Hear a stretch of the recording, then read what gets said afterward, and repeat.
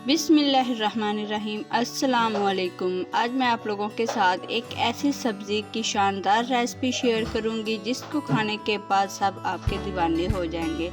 अक्सर अरवी का सालन बनाते हैं तो लेसदार बनता है। ये रेसिपी देखने के बाद आपकी तमाम परेशानियां मुश्किलें ख़त्म हो जाएंगी। तो फिर देर किस बात की, हम रेसिपी को बनाना शुरू करते हैं। चैनल पर नहीं है तो चैनल को लाइक, शेयर और सब्सक्राइब कर लें। मैंने आधा किलो अरवी को अच्छी तरह से छिलका उतार कर फिंगर कट करके साफ़ कर लिया था और घी को गर्म करने के बाद हम अरवी को कर लेंगे फ्राई। जब तक ये गोल्डन ब्राउन ना हो जाए इसमें थोड़ा सा ज़्यादा घी शामिल करेंगे ताकि अरवी अच्छी तरह से डिप हो जाए। आप देख सकते हैं कि अरवी हमारी गोल्डन ब्राउन होने लग गई है, मुकम्मल तौर पर हो गई है। अब हम इसको बाहर निकाल लेंगे और घी को थोड़ा सा कम कर लेंगे। घी की क्वांटिटी इसमें मैंने थोड़ा सा ज़्यादा शामिल किया था, अब हम घी को कम कर देंगे। तमाम अरवी को हम बाहर निकाल लेते हैं। अगर आप चैनल पर नहीं हैं तो चैनल को लाइक, शेयर और सब्सक्राइब कर लें ताकि हर आने वाली अच्छी सी प्यारी सी मज़ेदार की रेसिपी आप लोगों तक आ जाए।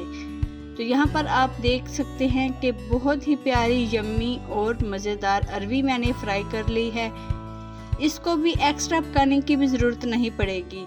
यहाँ पर मैंने एक दरमियाने साइज़ का प्याज काटा है। इसको अच्छी तरह से हम घी में गोल्डन ब्राउन कर लेंगे। 1 से 2 मिनट लगेंगे। यहाँ पर आप देख सकते हैं कि प्याज हमारे अच्छी तरह से गोल्डन ब्राउन हो चुके हैं। अब मैं इसके अंदर अदरक लहसुन का पेस्ट शामिल करने के बाद इसको अच्छी तरह से 2 से 3 मिनट भून लेती हूँ और साथ ही इसमें हरी मिर्ची और लाल टमाटर शामिल कर दूँगी। इस तरीके से मैंने इसको चॉप कर लिया है। लाल मिर्च का पाउडर, हल्दी पाउडर और चिली फ्लेक्स, हाफ चम्मच इसमें नमक का शामिल करूंगी, ज़्यादा नहीं करूंगी क्योंकि अरवी इससे ज़्यादा नमकीन हो जाती है।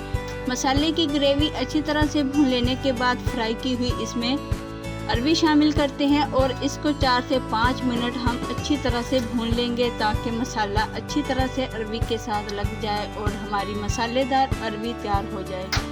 तो ये है हमारी मसालेदार अरवी की रेसिपी। कमेंट में ज़रूर आप लोगों ने बताना है कि आप लोगों को वीडियो कैसी लगी है।